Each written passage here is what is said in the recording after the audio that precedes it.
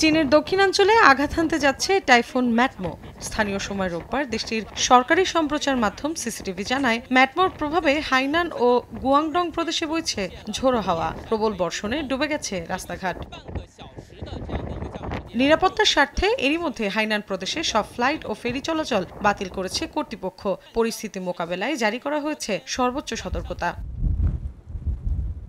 Scotland ও ইংল্যান্ডে তাণ্ডব চালানো ঝড় এমির প্রভাবে এখনও বিদ্যুৎ বিচ্ছিন্ন রয়েছেন হাজারো মানুষ। রেল ও সড়ক যোগাযোগেও দেখা দিয়েছে ব্যাপক বিপর্যয়। বেশ কয়েকটি অঞ্চলে এখনও ঝোড়ো বাতাসের সতর্কতা জারি রয়েছে। বৈরী আবহাওয়ার একই চিত্র নেপালেও। দেশটির পূর্বাঞ্চলীয় ইলাম জেলায় ভারী বৃষ্টিতে সৃষ্ট ভূমিধসে প্রাণ হারিয়েছেন বেশ কয়েকজন। নিখোঁজ রয়েছেন অনেকে, ক্ষতিগ্রস্ত বহু ঘরবাড়ি। টানা বর্ষণে উদ্ধার অভিযান ব্যাহত হচ্ছে বলে জানিয়েছে স্থানীয় কর্তৃপক্ষ।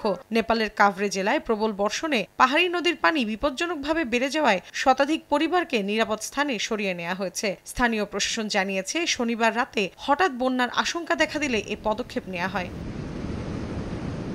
আরব সাগরে সৃষ্ট ঘূর্ণিঝড় শক্তি ১০০ কিলোমিটার বেগে মহারাষ্ট্র উপকূলের দিকে ধেয়ে গেলেও সোমবার সকাল থেকে এর শক্তি ধীরে ধীরে কমতে পারে বলে জানিয়েছে ভারতীয় আবহাওয়া অধিদপ্তর। ঘূর্ণিঝড়ের প্রভাবে গুজরাট, উত্তর মহারাষ্ট্র ও পাকিস্তানের উপকূলে সাগর অতি উত্তাল বলে সতর্ক করেছে তারা। মৌসুমী সাথী, সময় সংবাদ।